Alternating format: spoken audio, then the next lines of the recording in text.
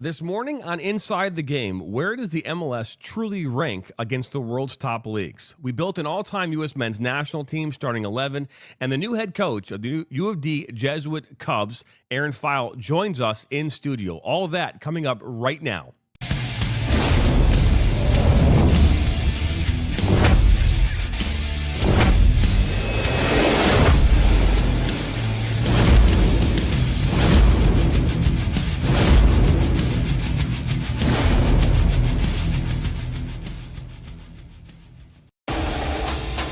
Welcome to Inside the Game on the National Soccer Network.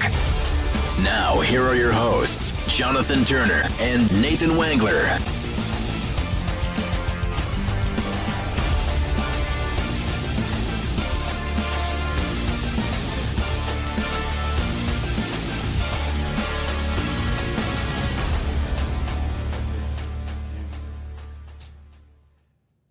Good morning. It is Friday, August the 29th. It's episode 148 here on Inside the Game. I'm Jonathan Turner. I am not joined by Nathan Wangler today. He is not feeling well. But I am joined by Ryan Galinsky, my producer. Ryan, we have a pretty good show lined up here today. And we have a good show, not only because of the content we're going to talk about, but also a guest here in studio. We are joined also by U of D's newest head coach, and that's Aaron Pfeil. So, Aaron, man, welcome here into Inside the Game, live in our studios here in Shelby Township. First off, we're going to talk a lot of things here, but we're going to talk U.S. men's national team. We're going to talk MLS a little bit here today, but tell our viewers here, you're the head coach of the University of Detroit Jesuit Cubs in Detroit. Yep. It's an exciting time right now for us, and I really appreciate you guys having us this morning. And you guys have had to start off to a pretty good start to your season, right? You're 5-0-1. You're 3-0 in the Catholic League. Just beat a rival last night in De La Salle, which is the reigning Division II state champions. Now, some would say that they're Division II, you're Division I. Does that matter when it comes to rivalries? No, not at all. And I would say the quality of play, De La Salle is a top program out there. Mukhtar, they do a great job over the years. You can see their competitiveness that they can go. Last night, like I said, to be honest with you, I don't even know if we were the better team. We got 2 early goals in the first 10 minutes of the game, and then we just held on. It rained a little bit, and we came out. And sometimes throughout the season, and we were preaching that with our boys, sometimes that's what we need to make our own little run in Division I. But it just comes down to enrollment sizes in that D2 because they're going to beat a lot of Division I teams. They'll be right up there in the top 10 as well. They've always been good there. Mukhtar just actually had his 600th career win here earlier this season. So he's a great coach and a great program, and we're glad to have you here today. We're going to dive into some topics here this morning. We're going to talk about the MLS and where it ranks. We talked about this the last couple of days here, Ryan, specifically in regards to competitiveness. We heard it from Pochettino. He talked about it during a press conference here when he released the roster earlier this week. He talked about how the MLS he considers to be one of the more competitive leagues in the country. Now, we need to figure out really what that means, because I feel like I don't know if he knows what that means, as how he was describing it here earlier this week. Because when we talk about specifically the differences between the MLS and other leagues around the world, the one thing that we talk about a lot is the fact that we don't have enough talent, right? Now, we have talent, but to compete against the teams across the world internationally, we're missing the talent component, right? And I still think that we're years away from catching up to that talent, but that's a whole other conversation. Ryan, let's talk this for a moment, Ryan. I want to see you on camera. Okay, get yourself in. There we go. There he is. First off, good morning, Ryan. Good morning. I'm glad to be here. I think Nate might have had the Cracker Barrel itis that I got a couple years ago, and we've been talking. That's been a hot topic the last couple of weeks. But I don't think he had Cracker Barrel last time. If he did, man, after hearing your convo, that would be hilarious, based on what we talked about this week. Oh, man. But so we're going to dive into a lot of this conversation. We're going to come into it after the break, because we actually have a list of what we consider to be the top teams, top leagues in the world globally. Before we do that, though, yesterday I told you at the end of the show that my daughter had a message. Now, I don't know if we're going to be able to get her on camera, but I've got to do this. I'm her father, and being that she is in sports, she's a swimmer for her Warren Mott High School. This is her 3rd year, by the way, being on the team. She in studio? She is. She just got here. If Yeah. she wants to hop on the headset. Yeah, she could absolutely hot. Well, that headset's not plugged in though, so No, she just take mine. Oh yeah, yeah. Come on in here, Brianna. We're gonna have you come on in. She's gonna walk right in front of the camera. It's okay. Come on in. It's all right. No, just walk this way towards Ryan. Yep, there you go. We're gonna walk right in front of the camera. There it is. All right, so she's gonna take the headset. Okay, so Brianna, I want you to tell the whole world, right, what the news is. I made swim team captain. Swim team captain. There it is. There it is. Now, being that Aaron Pfeil is also here in studio as a head coach, there's a lot that goes into deciding who's going to be a captain.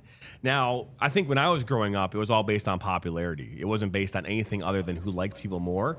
That is a component, I think, on some level, right, percentage-wise. And as a former head coach, I can also talk about that. But I'm curious your thoughts when it comes to deciding on a team captain. What are the factors that you consider? Absolutely. So coming into U of D, I came in late this year. So the first thing that I look at when I'm going through is not necessarily just talent, just leadership abilities, who the boys trust. Body language is a major factor. When things aren't going well, who kind of picks things up. Because the coach, your coach, myself, we can't do everything. We need those extra layers of support. So that's a big congratulations to you. That's a big factor because we rely on you guys just as much as our assistant coaches, our captains, our upper level captain. So congratulations. Again, something that I did not achieve as an athlete. I was never selected a captain. I think Ryan also said that he was never a captain. Were you a captain? Nope. Exactly. You are in rare company, Brianna. Only one in the house. Yeah. But congratulations on being named the Warren Mott swim team captain. Thank you. You're very, very welcome. Hey, when we come back here, we're going to dive into the MLS, where they rank around the globe. So don't go anywhere. You're watching Inside the Game number 148.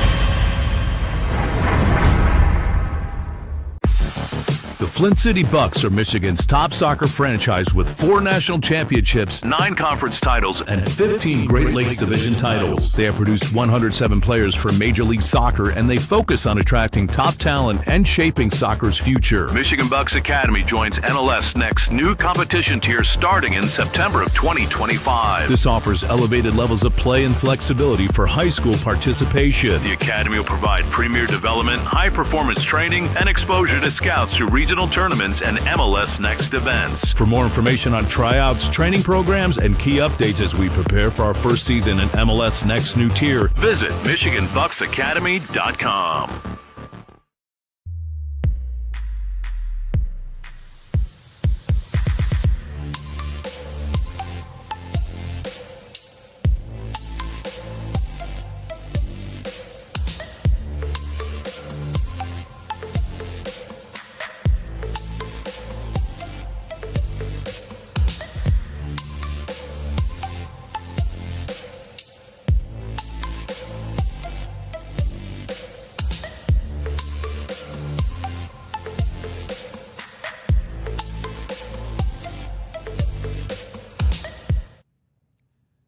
Where does the MLS rank globally?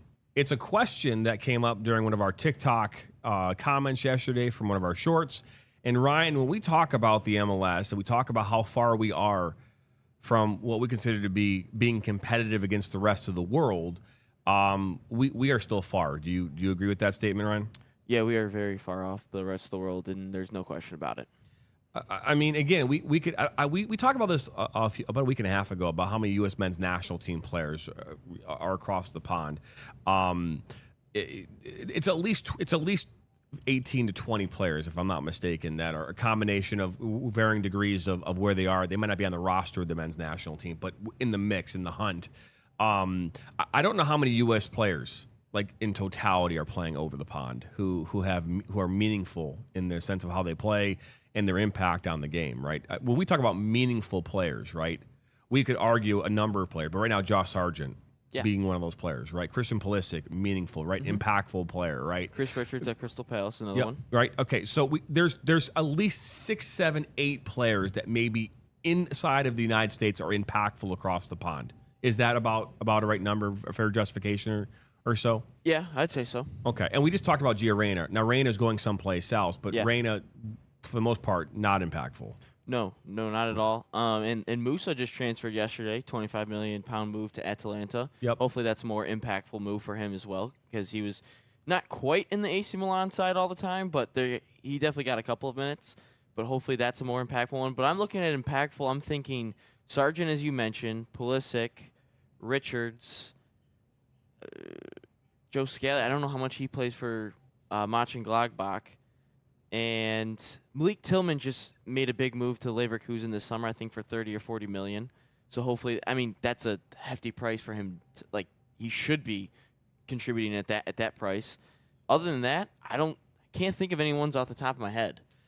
No, I can't either. And now if we were to go across the pond and would ask the same question. Tyler Adams and McKennie, those guys. Yep. Okay.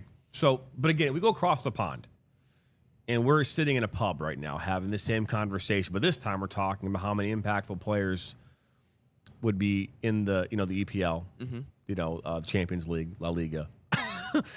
It would be an inordinate amount. I wouldn't be able to count. It would be somewhere in the hundreds. Yeah, right, hundreds. Pretty Right, much. so that's the part, and this is the other part too. This is when you know that you've arrived as a nation. When we start talking about the ultimate team, which we're going to talk about here in a little bit, right, Ryan? We're going to talk about who we think the best players. We like any player in the history of the U.S. men's national team. Who would you put in your 11? And on that field, there's a lot of players to pick from. All right, but if you were to say how many U.S. men's national team players would go start in Argentina, would go start for England right now, like current rostered players, who would go start? Who would be in their 15?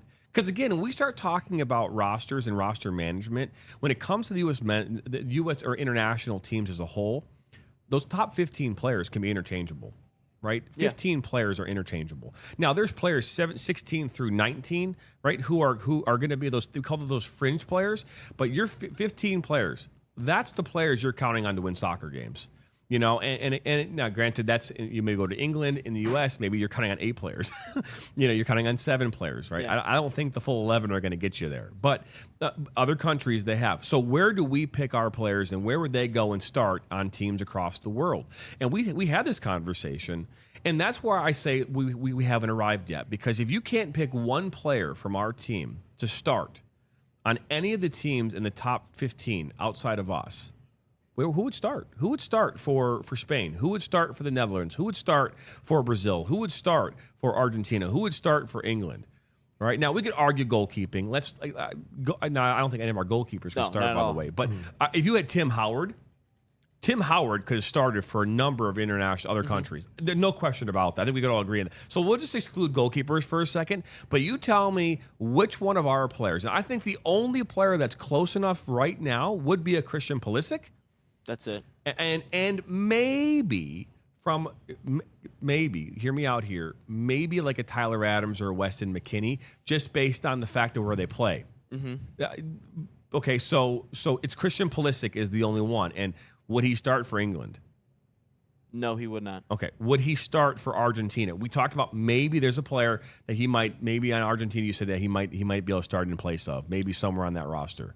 I think that you said that. Maybe. I said Belgium. He would start on Belgium. I don't think their wingers are as good as Pulisic. I think I also said in the top 15, where the U.S. is 15. I think he could start for Colombia. I think he absolutely could start for Mexico. Yeah.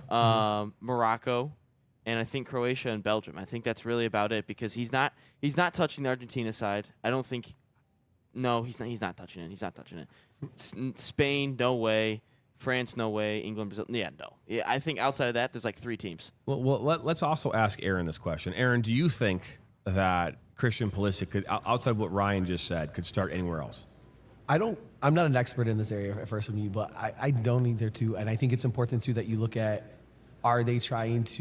what system are they trying to employ? Are they trying to employ a system around Christian Pulisic, or are you filling in the pieces? And that's something that our national team has to do as well. What area are we kind of going for? And I don't see it either.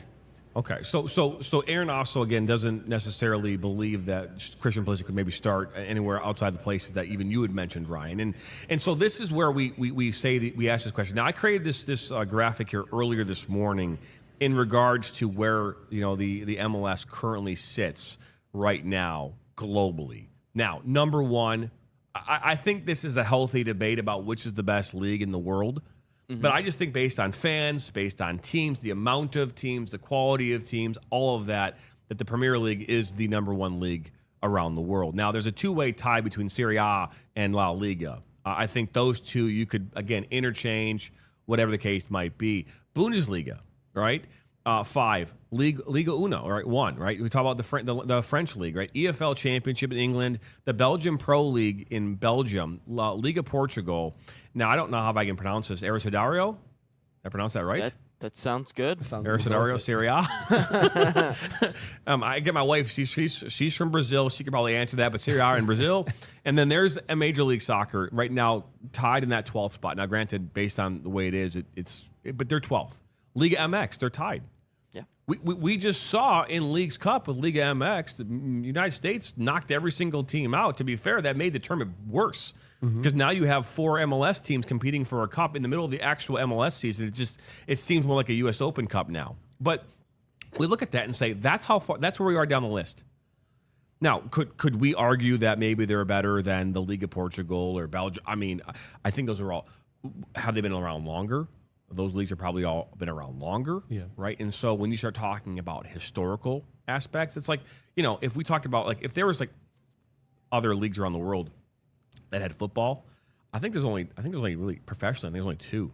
Canada and NFL, right? I think Mexico might have one too now, I think. I have no idea. But anyways, I mean, first off, there's no other comparison in any other sport, I think outside of baseball, where you could look at these many leagues, or basketball, we can look at these many leagues on a screen and say who's better.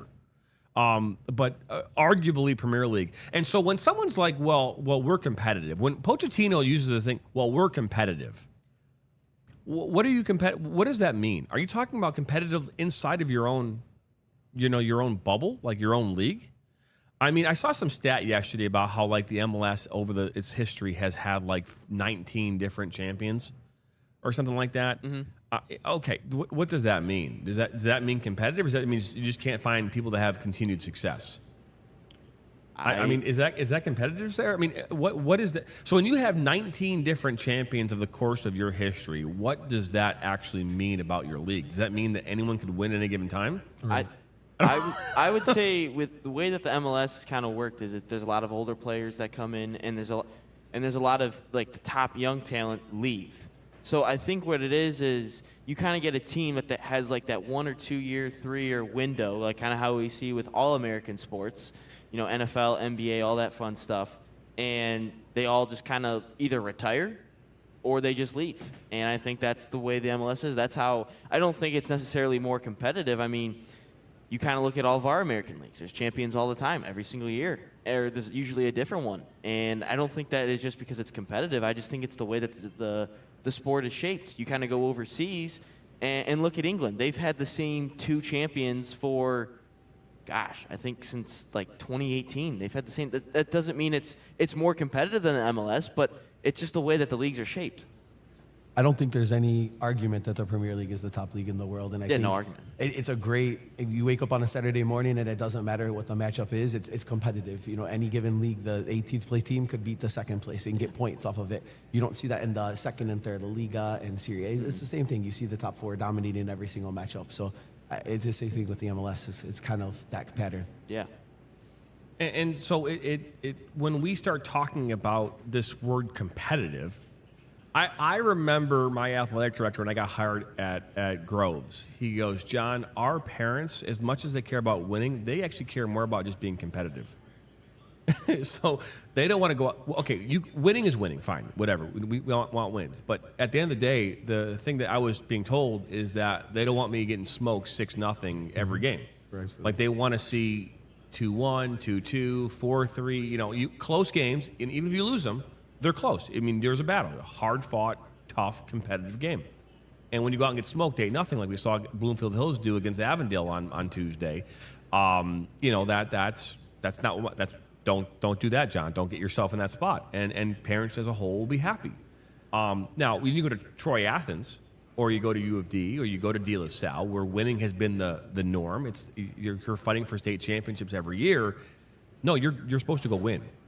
Like again, you walk into those environments, you're supposed to win.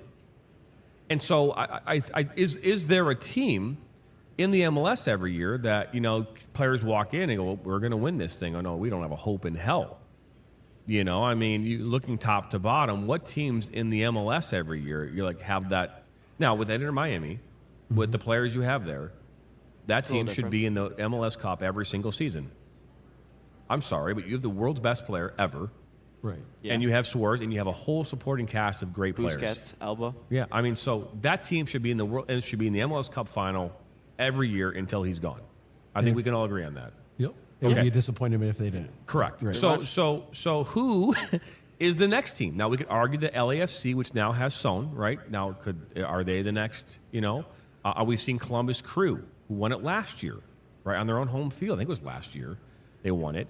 You know, at Lure.com Field, they won the whole thing. They didn't have Messi.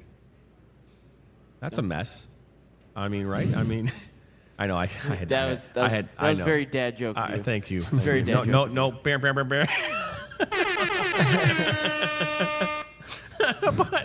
but no. I asked this question because when we use the word competitive, I want to understand what he means when he says this. Is he saying that our league as a whole is competitive enough to train and to challenge the next player who wants to play for the U.S. men's national team and get them there where they want to go? I mean, if we talk about how do we elevate the U.S. men's national team to get to a point where they're fighting for a World Cup, where every year there's a World Cup, we're saying, well, they should be in this. They should be in the knockout stages. They should make their way to a semifinal. They should be winning. Well, now, we're nowhere near that, by the way, so I got to make that abundantly clear. If we haven't done that before, we're nowhere near close to winning a World Cup. Nope. It's not even remotely close. And to be fair, I still feel like it's way outside my lifetime's reach. But again, that's just my perspective on me being around soccer my entire life. With that being said, if Pochettino is saying that the next group of player, the next level of player coming up through the lower levels of soccer in this country should choose to stay here and not go over there because we're more competitive or we're equally competitive to the other leagues, which I think that's what his message is. Mm-hmm. Is that something that we should be telling players to do? Should players not go across the pond? And I know that you did a shirt about this. You did this on TikTok there. You talked about this. About should players go across the pond? I think that if you're going to have meaningful minutes, if you are going to be an impact player, if you're going to be a Christian Pulisic and you're going to be playing almost every single game, whether you're a starter or you're coming in the 70th minute getting 30 minutes, I think 30 minutes in an EPL game is the equivalent of 17 MLS soccer games. Mm-hmm. Probably. It's like, I mean, like so you can't tell me that player isn't going to get more out of that opportunity than an MLS player. But again, I'm one person. I'm curious your guys' thoughts. I don't even think it's the minutes in the game. It's the atmosphere over the season. The training is a valuable asset for our players to just get that mindset in. You know, at U of D, it's the same thing, changing mindsets around. And when you come over from America, over the pond, like you've said, just fitting in and getting used to the style of play and just competing every day for those minutes is just as important as actually getting on the pitch and playing. Yeah, I think it's absolutely what you just said. I think that it's kind of the experience, the mentality. You mentioned that the atmospheres as well. The atmosphere is turned up a notch when it comes to the World Cup, and we're not going to get that here in the MLS. And it's just getting the training in. I also think it's, battling for your spot every single day. I think that a top USA player in the MLS isn't going to be pushing himself every single day. He's not going to be worried about his starting spot on the MLS side. He goes overseas, we'll say he goes to England, he's fighting for his spot every single day. We saw that with Pulisic. He's fighting his spot every single day with Chelsea. had made the move over to AC Milan, and he's a starter over there. So it's absolutely just fighting for your spot every single day, and they're not going to be challenged here in the MLS if they do. You guys know a lot more than I do, so I'm just going to ask you a question too. Out of those leagues that we put, how many have that tournament style? Because the Champions League, like I said, points are a basis. You can't take a day off because if you lose 2 points to a lower level team, that could cost you a championship. Whereas in the MLS, you get these points, you try to get into the tournament, and then anything can happen. Like you said, the Columbus Crew, they may not have been the best team, but they got lucky going at the right time. So how many other leagues in there do that style? I think we're the only league in the entire world that does this. I mean, even the Champions League is all point based. Right? Yeah, the only so the only one would be though that the championship where they have like the 3 through 6 play in a playoff to get promotion. But other than that, it's all point based, and it's all like you don't just hope to get into the playoffs and make something happen. It's you got to be great for a whole year. Well, and that's the thing too. I think that like again, if you look at like baseball is a good example of this, right? Because I think baseball is. Because when you look at baseball, winning your league has always been a big deal. Mm-hmm. Always been a big deal, right? Win the league, right? Win your Central Conference, right? Central Division, right? Win that league, right? Because then that obviously gives you a chance to win playoffs. But like that to me, in most cases, might even be more impactful than just making the playoffs, right? Winning that league. I think there's something to be said if you're talking about from Eastern Conference or Western Conference, right? Winning your league or your conference, which gives you that number 1 seed. I think there's something to be said about that.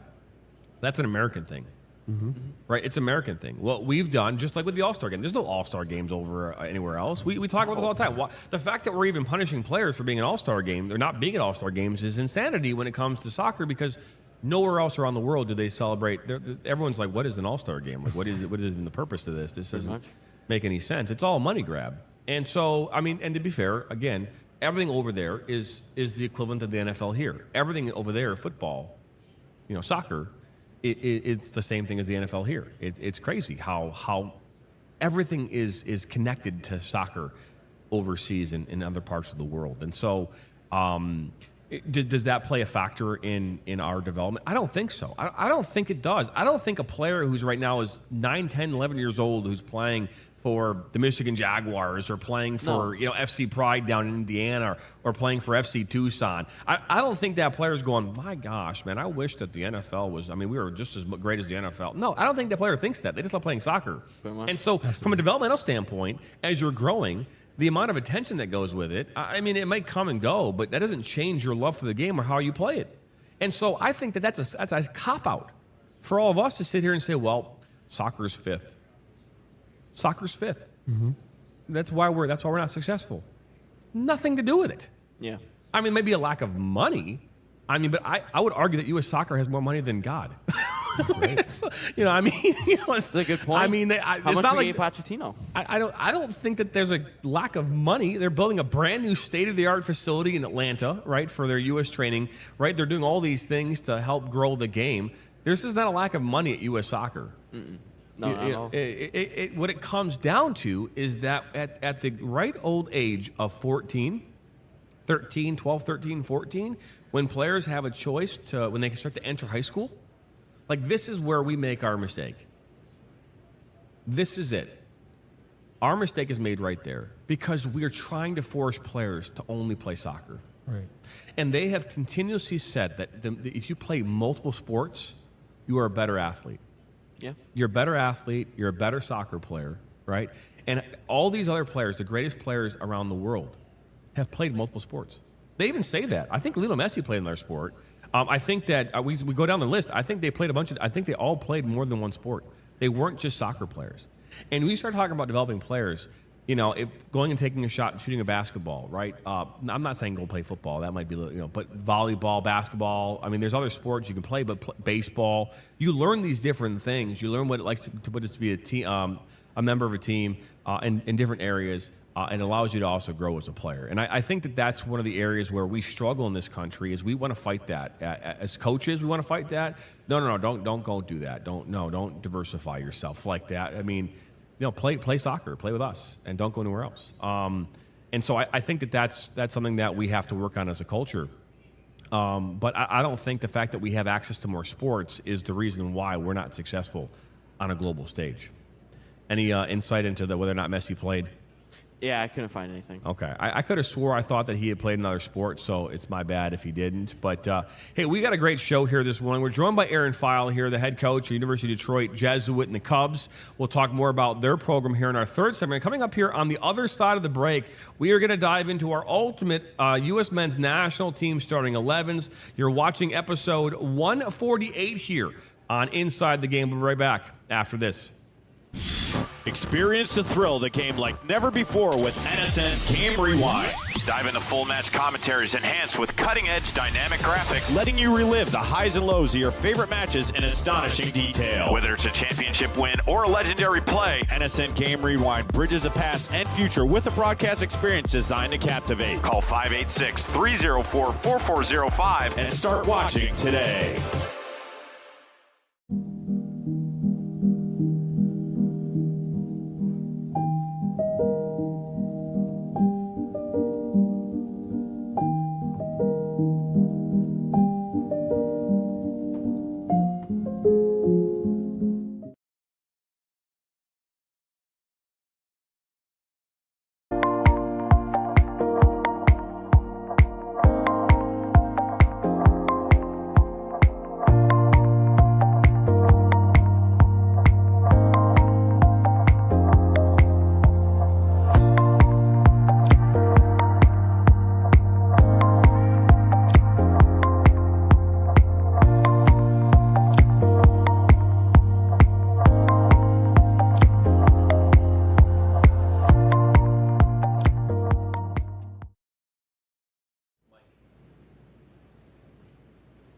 Welcome back here into Inside the Game. And That was rough. well, why was it rough? We had like 5 seconds till we realized we got to go back. Wow. We're having fun over it's here. funny I should ask the question, though. I was not in my chair. I ran over to our other hey, breaking news, hockey this morning. Not on National Soccer Network, though. It's going to be on our new sports channel called Sports Nation. We were going to announce that next week. There it is. There it is. We were going to announce it next week. But, yes, we have 5 hockey games here today taking place in Rhode Island. The Summit Series is coming to the Sports Nation TV on our Roku channel. We will announce all that here next week. But, yeah, all sports all the time on our Sports Nation TV. Yes. But, yeah, we're going to dive into this U.S. men's national team conversation. And, you know, it's interesting, right? Because Nathan and I are the ones that were going through this and kind of determining what we would consider to be our starting 11. Now, Nate's not here, so Ryan, you're going to have to defend his picks. Just a couple of questionable ones. We are going to start. We're going to start here though with his, and I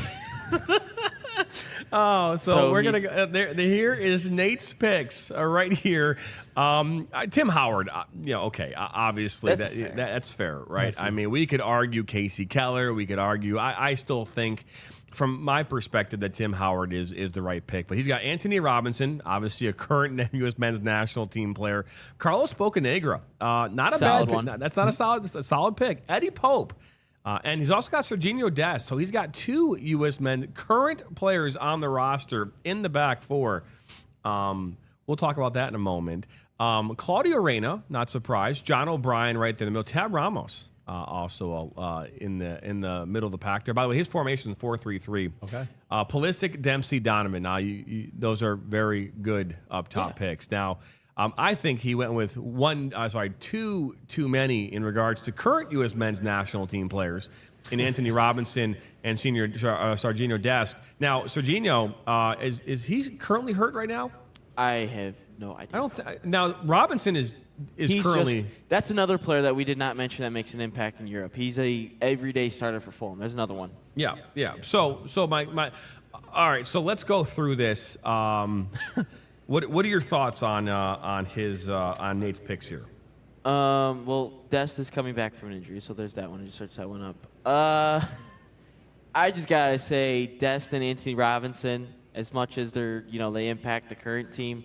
Where's DeMarcus Beasley? He almost played in almost played in 5 World Cups, I believe. I don't know the exact number, but he's a U.S. men's national team legend. And that's not knocking Anthony Robinson and Serginho Dest, but Beasley just an overall, I think, more impactful for the U.S. I think he is someone that should be in this one. That's my glaring one. But other than that, I think Pulisic is the only player that should be on this current roster for the U.S. should be in this list. Clint Dempsey, Landon Donovan, no complaints there. Really, no complaints. But outside of that, just the outside backs. Got to have DeMarcus Beasley in there. You just have to. I couldn't agree more. Let's look at mine now. I'll put mine on the screen again. Mine not terribly different. Some changes, obviously. I went with a 4-2-3-1, and again, for many different reasons, but mainly because if I'm thinking about the best players ever to play the game, I'm also thinking that we're probably playing against the best players that ever played. So you got to have more of a defensive mind. You could argue this could be a 4-5-1, right? And so 4-2-3-1. DeMarcus Beasley, Marcelo Balboa, all right, Eddie Pope, Steve Cherundolo. Those are my back four. Tim Howard, my goalkeeper. Claudio Reyna, my captain, by the way. John O'Brien in my holding mids. Pulisic, Donovan, Dempsey, and then Brian McBride up top. That's not bad. No. There's DeMarcus. I almost thought you forgot Beasley. I do like Cherundolo. I do like Cherundolo. I like Brian McBride. But did you not have Eric Wijnaldum in your top 5? Like, if you had Eric Wijnaldum in your top 5, how is he not even on the roster? That's a little confusing to me. Uh-oh. Yeah, so a couple things. Yes, so I think that there is I think he's actually in my not my bench. He's on my bench. Okay. So there is, yes. So I believe I'm just trying to find my notes here from earlier this. Man, I'm sorry I put you on the spot here. No, it's okay. Yeah, so he is on my bench, right? So I do have him along with Bocanegra, Hayduck, Caligiuri, Michael Bradley, Tyler Adams, Jermaine Jones, Tab Ramos, Eric Wijnaldum, and Josie Altidore. All of those are on my bench. You have to think about this. Okay, people get all bothered about starting 11s. And as a former head coach, I could tell you that there's a lot of reasons why players started, but none of them had, as much as it had to do with winning, it was about, creating a good start to your game, right? And creating a good flow. And I feel that this roster here on this field would give us the best ability to have a good, strong flow to start the game and allows us an opportunity to go and maybe, in a second half substitution, bringing in a player like Eric Wijnaldum, right? Finding another player in to come in. Hey, remember, Alexi Lawless was a very good center back for us. Now he's not one of the best players in the history of the game for us. But I would argue that Alexi Lawless would have been a fantastic center back to play in certain environments. And if you said, John, who are you playing against? Like, who are you playing? I mean, I picked this game, right? Who's this 11 for? If I'm playing against Brazil, am I playing against Mexico? Who am I playing against? I think that's also a question we never asked. But if you're telling me this was like, you're playing, am I playing every game this way? No. If you're saying I'm playing one game, what's going to give me the best chance to win just one game? Yeah. I think this is it. Mm-hmm. I think Tim Howard in goal. I think the likes of Pope, the likes of Cherundolo, I think the likes of Beasley and Balboa, I think those players give us the best chance defensively. Now, granted, they're a different player then than they are now, but I also argue that they know how to win the fucking ball. That's a good point. Physicality, right? I mean, I can say that on the air. This is great. And then Reyna. And then also O'Brien. These are two players that, you argue, again, very, very good holding midfielders, defensively holding. And then the likes of Donovan, Pulisic, and Dempsey. I mean, Josie Altidore, to me, was not a technical player. No, he's a very hold the ball up, kind of post up. To be fair, he would be interchangeable with McBride. I think. Right? So, because McBride and Altidore, you could say, okay, I could argue I could put him there. I could put Wijnaldum actually at that 9. I think you could put Altidore in a game where you're up 1-0, 2-1, and you kind of just need that hold-up play for a second. Or if you want to you have tough center backs that you want to play up and you want to have some hold-up play. That's why Altidore, I think, coming off the bench is a better option than having him start. That's what I would agree with that. I'm sorry, one more time? I saying, like, if you need a little hold-up play, Altidore's your guy. You're up 1-0. You need to waste time a little bit. Altidore's your guy. I don't know. I don't think he starts, though. I love how you guys took it to another level, though. You know what I mean? You said you're starting 11, and now we're talking about the bench too. Because Yeah, we that's weren't supposed to go to the incorporated bench. in game. I like that though. Well, It's the aren't first one supposed to coming go out that because far. it's an important conversation. Well, because like yesterday Yeah, with it my is. picks, I didn't have Alex Morgan in my women's picks, right? And someone's like, well, how can you not have Alex Morgan? I go, because to be fair, I feel like Alex Morgan's a great player to come off the bench. Alex Morgan was not a technical player. I always felt that her just scrappy, and I felt that having Mia Hamm and Abby Wambach on the field was more, along with Christine Lilly, was more better, as Ryan would say. More better.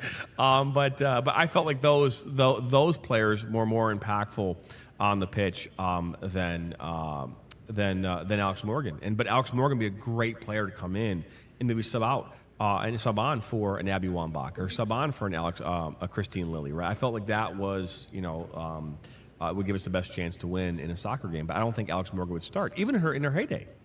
I just didn't think that she was a better player than who's she better than Christine Lilly?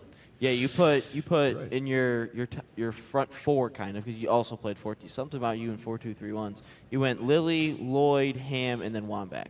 You did. Yeah. That's not bad. That's a really good. I mean, again, and you could say that interchangeable. I can move Carly Lloyd somewhere, but I think Carly Lloyd, to be fair, she's a great 10.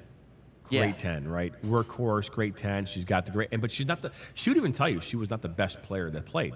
But the way she played the game made her so dangerous, and that's what sets her apart from everybody else. And then again, you talk about Alex Morgan, and again, me and him. I think the only player you could argue that Alex Morgan would be in place of would be Christine Lilly. Probably. But again, if I'm talking about winning one game, just winning one game, and it's got to be against whoever, I pick that lineup. And that's why I say this is the way to do it. That's a coaching mindset. And if you're just saying who's the best 11 ever, I could put Alex Morgan along with 10 other great players. They could play in any position.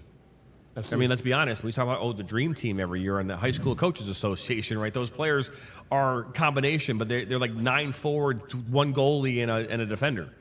Yeah. So if you actually put them all on the field together, they'd be no one back defending. Pretty much. Stats rules. Rules. So, oh man, but yeah, those are your ultimate team looks there from both Nate and myself. Any final thoughts here before we move on, guys? No. That was it. I had no final thoughts. Wow, no final thoughts coming in from Ryan Glinsky. I thought he would give me something more better than that, but maybe More better. Still there. I have to give you a compliment. I like the 4-2-3-1. It was questionable there. That's a good choice, in my opinion. Well, again, we're talking about the men's team. And the women's team as well. This is the thing. All those interchange into a 4-3-3. If anyone here thinks that they don't, then they don't know soccer. Put that back up on the screen. Let's talk this through for a second before we move on here. Okay? Yours? I think this is, bring up mine. Yep. Well, because Nate's is a 4-3-3. All right, so in this scenario, what was DeMarcus Beasley really known for? Overlapping. So what's going to happen is Claudia Reyna and John O'Brien, both of them are going to tuck in, right? So they're going to get really inside, right? Christian Pulisic could also do the exact same thing, but he's going to get extremely wide on that far side. DeMarcus Beasley is going to time his runs, man, and make overlapping runs all day long up the field. Same thing with Steve Tarangelo, right? And then what you're going to have is you're going to have Landon Donovan and Clint Dempsey. They're going to overload. You're going to overload the side that you need to be overloading. So this is the best formation to do that. It also allows you to defend very well, but you're not going to attack in this formation, guys. Claudia Reyna is going to slide into the middle of the park and make that, and then John O'Brien's going to get forward, and you're going to see Christian Pulisic go up top of McBride and Dempsey as well, or vice versa, and they're interchangeable. It turns into a 4-3-3 very easily, but I don't think you need to be set up as a 4-3-3 because we're not going to defend in a 4-3-3. Yeah, too many gaps, especially against other teams around the world. And so I think that's the perfect formation. And it makes the most sense for us to talk about here when it comes to that. But hey, coming up here, we will dive into the University of Detroit Jesuit formation, and it makes the most comes to that. But hey, coming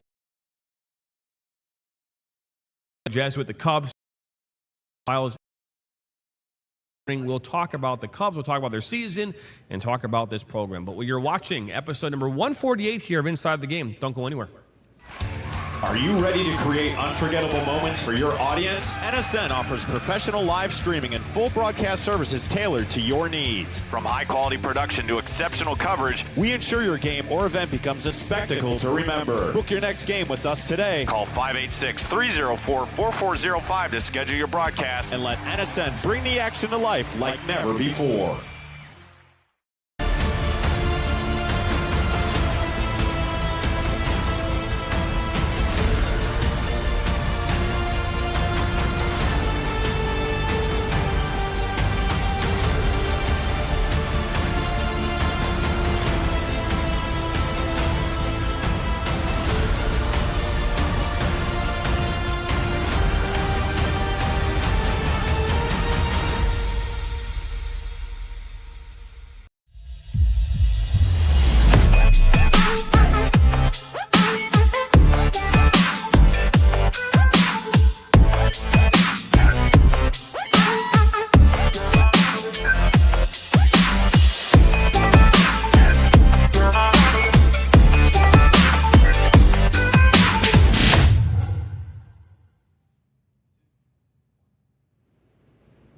Welcome back here into Inside the Game. I'm Jonathan Turner alongside Ryan Glinsky and our guest here, Aaron Pfeil, the new head coach of the University of Detroit Jesuit and the Cubs, taking over for longtime head coach. I mean, 26 years is where Kevin Tuitt. He's also a division chair for the Michigan High School Soccer Coaches Association. So in very good company, we are here with Aaron Pfeil. Aaron, you started off your season at U of D on a pretty good run. You guys are 5-0-1. You're 3-0 in the Catholic League. You beat the reigning state champions, which, as someone who went to Athens and every year we were fighting for a state championship, I remember very vividly my head coach, Tim Storch, walking into us on day one saying, guys, you are an asterisk on everyone's schedule. Like, everyone is looking to beat you because you won the state championship last year. And I would imagine that Thayer Mukhtar said the exact same thing to his team here when they got All-Star getting rolling here this fall. And last night, was it at U of D? Was it at U of D or was it at De La Salle? It was at De La Salle. So not only do you go in and you play the reigning state champions this season at their home field, you beat them by a score of 2-1. And I don't know where they were at as far as that, but I believe that was their second loss of the season, their first one against Catholic Central. So they've lost their 2 games so far in the Catholic League. But talk so far about what it's like to take over this program, being that you're the first coach to take over in 26 years. Yeah, first of all, Kevin is a great person. He's a great coach. He is one of the legends in the state of Michigan, and he's been very supportive through this change and this transition, and he's always there, any questions to have. But also, it's just the boys are hungry at U of D. I've never seen a group they come in every day, their work ethic, their determination, their perseverance is there, and they want to win. So it's great to support them and also bring my experience into the table and have that. So it's kind of the best of both worlds. We're still using the tradition at U of D, but then also get a little new mindset. And then they're doing well there. So like I said, the high school season in general is just very tough. Trying to fit in an 18-game season in there, and I think we're short a week this season, so it's almost you have to play 3 games a week back to back. We went in a stretch there. If you look, we played 4 full-time games in 3 nights. One was our first competitive Catholic League game, and again, me coming in from the KLA from Dearborn, the Catholic League by far not is every single night our 3 games is physicality, direct play, and it gets countering that. So on that Thursday, we played our first game, and we beat the St. Francis de La Salle, which was the Catholic League champions of last year from Toledo. Tough, great next night after, we traveled to Traverse City and we played Oxford up at Traverse City West High School. Yeah, back to back, and it was a tough battle. They're doing a great job. Adam has a great program in Oxford. And then the next day after, we played at 10 and 12 back to back at Williamson and Elk Rapids. So the boys, like I said, were challenged at the beginning, and it's just part of that whole season coming together, that accumulation. You're not always going to pay your best, but can we get results? And you said that word competitive. That's what we're trying to do too. So last year they didn't have the best season at U of D. So like I said, they also have a chip on their shoulders. I know we've been, like you said, successful our first 3 games in the Catholic League. We're going to get noticed soon because, like I said, we have a talented group of players, and hopefully that asterisk is on us too. So I have to keep the boys ready to go. Yeah, and when we talk about about this, and something I talked about with at the time was Kevin McConnell, also Jason Clark over at Troy Athens. And if you historically talk about how many coaches have coached at certain high schools, De La Salle, you could probably name on one hand how many coaches ever coached there, right? Troy Athens in their history have had 3 coaches, right? At U of D, how many in the history of U of D, how many coaches have there been, do you know? That's a great question. I think I'm the 4th, if I remember correctly. Think about that, right? So in the history of this high school, which it has some significant history. Now, granted, soccer was not a varsity sport until like the early 1980s. I think 1981, 82. Yeah. I was born in 81. Ryan, I'm not even talking about when you were born. Son of a gun. We basically told me he was like 70 years old. I did not say that. That was Nate, by the way. But with that being said, something that when you start talking about history and a coach been there for 26 years, you're coming in. When you're trying to come into a new program and taking over a program, you can't start from ground zero, right? Or foundation. The foundation's already there. It's a matter of now just trying to figure out how to keep the bus rolling, right? And how to keep it going the same way. Now, maybe some tweaks and things like that, but did you say, hey, I have to do a complete overhaul here? Or is this like, hey, no, there's a great foundation. I just need to do this, this, and this to make this a better program? Absolutely. And even this is more credit to the athletic department at U of D and even our players, because I didn't even get hired until late in the season. End of June, early July. So I really didn't even get to do any summer programs with him. So we started right off at tryouts. And like I said, the boys were hungry. We are looking at it. I think it comes from just my perspective to just listening at that point. What worked well, talking to the players, talking to some experience. My JV staff or my coaching staff has been tremendous. Dan Babcock, just helping us get into that league. And like I said, they just want to win. They're competitive. I've never been around a group that just is determined every single day when we step on the training field. They want to go. I say training starts at 4 after every day. I pull up there because I'm a school administrator in Dearborn Public Schools myself. I get there about 3:45, and all 20 players are already on the field warming up, ready to go. They want this. They want to continue to work. And like I said, I can't continue to tell how happy I am and how proud I am to take over this program, this proud program, and then also just to lead them in the next direction. So as we talk here about this program, let's talk about your players. Sure. Obviously, every coach I talked to, and I was in that same ballpark. Coaching is great, and we don't want to take any of the credit. It's the players. The players in the field who do all this. They're the ones working hard. Who are the players that this year are going to be the difference makers for the Cubs? And who will have an impact on the success of the season? Yeah, no, absolutely. So our roster is almost a little junior heavy. We have 8 seniors, and then we have 12 juniors. So again, we're looking good. And I don't want to just necessarily, last night it was kind of a good moment for us because all 3 levels played De La Salle. Our JVB team beat De La Salle last night, and our JVA team did too. So that's kind of looking forward. I want to shout out to our whole program there. But, we have a great success overall. And I think it also goes back to our program that we have. I think us being in the middle of the pack for the Catholic League for the last couple of years, they're hungry and they want to continue to go. But we have to give a good shout out. We have Owen Bishop in goal. He's one of, I think he's an all-state caliber goalkeeper. He made tremendous saves last night. He kept us in the game. Like I said, we beat. So JV last night won as well. Both of our JV. So both programs. teams won last night. I think that should get the horn. What do you think? Oh, Yeah, let's do it. Let's do that. 3 of them. Let's give a I shout was out confused there. what you were asking. I'm like, why are you hitting the horn? He said both teams won last night. I mean, you can't. Well, hey, when JV. There you go. We got the 3-peat against De La Salle. Like you said, the defending state champions. We had that on that match. We wanted to do that, so it's good for them. But like I said, we have. I give full credit to De La Salle, and I told you at the beginning of the show, we stuck in 2 early goals, and then we just held on. We wanted to do that. They played well. They were better than us in the second half too, but it goes to the determination of the boys. And it goes back to, like you said, Owen Bishop in goal for us. He's an all-state caliber goalkeeper. He had some tremendous saves. We have a strong core in the middle. Like you said, I did a 4-2-3-1 against them last night. We have Junior Vasco and Mitchell. They're playing well in those 6 positions for us, holding the ball. And then just in our attack, you know what I mean? We get those early goals, and then we can see where we go. So we're strong, and we're continuing to go.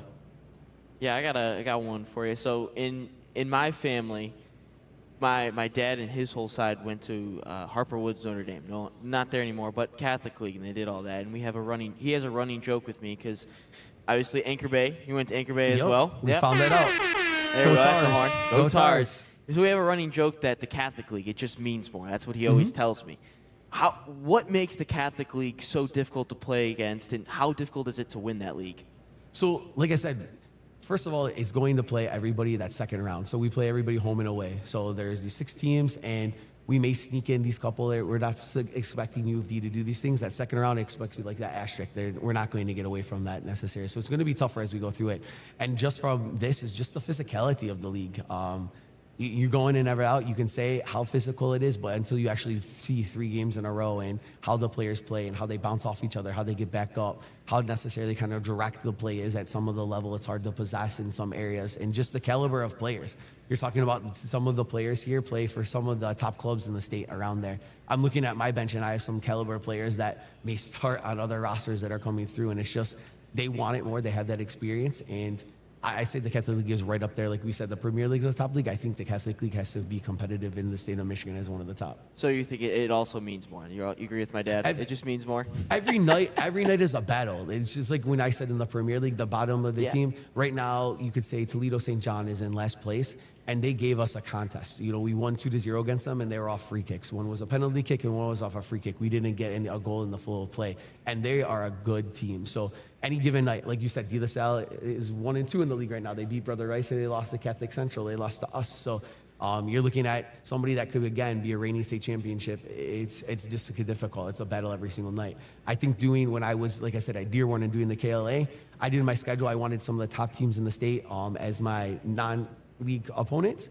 because the league, there was a top-heavy 3 teams, and there are other games that we're going to win 8-9-0, to blow up. In the Catholic League, when I'm doing my schedule, it's the opposite almost. You know what I'm saying? I'm like, I can't have Troy Athens. I can't have Troy every single night because our Catholic League, I already have 10 games that it's a bloodbath, and I don't want to get injuries. So it's kind of moving that season along. So when you're kind of building, this is your first year, you're kind of building your program. How do you kind of get the message down from your varsity team to your JVB, your JVA teams of like, this is the standard when you get to the varsity? Like, how do you try to implement that? Yeah. So the best thing that I do is I make our training sessions coincide together. So they're on the same field as us. So they're seeing the expectations, they're seeing the communication. And then, like I said, our coaches are going back and forth with messages too. This is what I want to see. This is what I want to do. I love to be in part of it. I'm on the sideline with my JV teams. I'm on the training pitch with them too, trying to get players back and forth. If we have an injury and I need somebody for a session, calling someone over to come out, just giving those opportunities to go back and forth and just being a full program. We have a academy team at U of D as well, so we have a 7th and 8th grade, a middle school team, and I'm going to have my varsity team go be ball boys for them. It's just feeling that play in and getting them involved in every aspect, and kind of that's what they want to do. The end result is to be on this team, and that's kind of what they're striving for, their goals for the next 4 years. Yeah, that's amazing. My last one, you're an Anchor Bay guy, and you said Coach Juke was your coach. Coach Juke. He came to a couple of our training sessions, and it was, again, very physical, and you mentioned that with the Catholic League. Do you try to implement any drills from him of trying to be more physical, or any kind of messages you try to get from your team from Coach Juke? First of all, Coach, I'm sorry that you're seeing me in the Catholic League now, but like I said, it just happens because, like you had said, coming from Anchor Bay, there was almost like a hatred. We played De La Salle every year. We played U of D. I remember one of our big wins back in, I'm not going to say the year because I'm my age, but it is. We beat Brother Rice in the regional semifinals and make it to the regional finals, and it was a big for our program. You kind of got that, but absolutely, of course, I've had some great mentors, great influences in my life that put me on this right path, and I'm thankful for all of them. And I think just like anything that you do, you take those mentors, you take little bits of the positivity that they do, and then bring it into your own style, and then. At U of D, like I said, I've always high expectations in every program that I've been at, high expectations for our players on the training fields, on the field, and then just building relationships with them and letting them know they're integral parts and that you're part of their life now. Awesome. Yeah. Well, we appreciate you stopping by here. We're going to keep you here for a minute as we do our question of the day. And so we have made this is his favorite part, even though he's been doing the button all day. This is his favorite part. So we'll let Ryan segue us in here to the question of the day. Yeah, question of the day. Before we do that, Salt Athletic is an official sponsor of NSN. John is rocking their shirt all show. Make sure you use promo code NSN15 to save 15% off your order, or visit saltathletic.com today, or scan that QR code on your screen. But for question of the day, there we go. Question of the day. If you could add one former U.S. men's national team player to today's current squad, who would it be? It is a great question. We asked this question yesterday. We thought it would be a great way to continue the same conversation. So for me, what does the U.S. need right now? What do we need right now? We need someone that knows how to score goals. We need someone that knows how to create scoring of goals. And there's only one player in the history of the game on the U.S. men's national team that has both the record for assists and the record for goals. He's tied with Clint Dempsey. So my pick is, no question about it, is Landon Donovan. We insert him immediately into this roster, and we become a significantly different team. So that's my pick. Aaron, who do you got? See, honestly, I'm on the same page with you. It was between Clint and Landon, but I think Landon brings not only the goal scoring mechanism to it, but he brings like a grit, that hard work, that determination, taking players on. He's always buzzing up top. He's getting in the defenders' minds, and I think that's a great option too. I'm going same idea as you, but I'm going Clint. I want someone on this team that will piss someone off from the other team. I want that leader in this team. I think that's something that we have been lacking recently, and Clint can score goals. I think Pulisic can create these chances, get the ball into the box, and Dempsey gets it home, but that's who I'm going with, Clint Dempsey. Yeah, I can. Again, I think you could argue two players in this scenario. I don't know if there's another player from that roster that we even looked at here earlier that I would say right now slide in. Now, granted, maybe Tim Howard, maybe. Yeah, I goalkeeping. Yeah, I mean that's an area that I think that right now for the first time in our history, I would say is a weak spot for us. I would not say that in the previous World Cups. I mean, again, we go back with Brian Friedel, right? Many years. Casey Keller, right? I mean, these are goalkeepers that then you had Tim Howard. You had kind of Guzman, right? Right, Guzman. Right? He's still playing, by the way. It's I think he's in his 40s. Wow. All right, he's still playing. You Brad can play Guzman. a while if you're a goalie. I don't know, man. And then obviously we had Matt Turner and then Matt Freese. He's going to get that look obviously again here during these September games. But yeah, no, it's obviously a very, very interesting thing. We have to talk about that goalkeepers. That's a weak spot though. I can't say we've had a weak spot at that spot, and we do now going into the World Cup. So that's a very interesting conversation nonetheless. Aaron, thank you for joining us here today. We appreciate you being here in our studio. Aaron Pfeil is the University of Detroit Jesuit Cubs high school soccer coach, new this year, has his team 5-0-1 and 3-0 in the Catholic League. We wish you much success the rest of the way on your journey in your first year. I appreciate you guys. I appreciate everything. Go Cubs. Hey, that is a wrap here on episode number 148 here of Inside the Game. We'll be back at it on Tuesday. Monday is Labor Day, so enjoy your Labor Day weekend.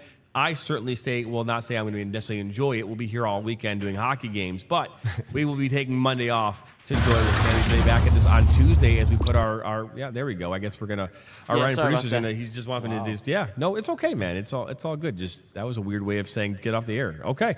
But either way, we appreciate you stopping on by. Don't forget, subscribe, like us, share this with your friends and family, and come back for us again. Same time, same place, right here on Inside the Game.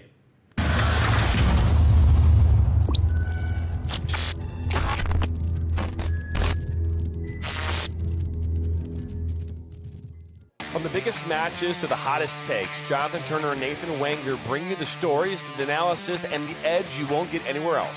Streaming live weekdays at 9 a.m. on YouTube, Roku TV, Facebook, Twitter, and all major platforms. No filters, no fluff, just real talk, real soccer. This is Inside the Game.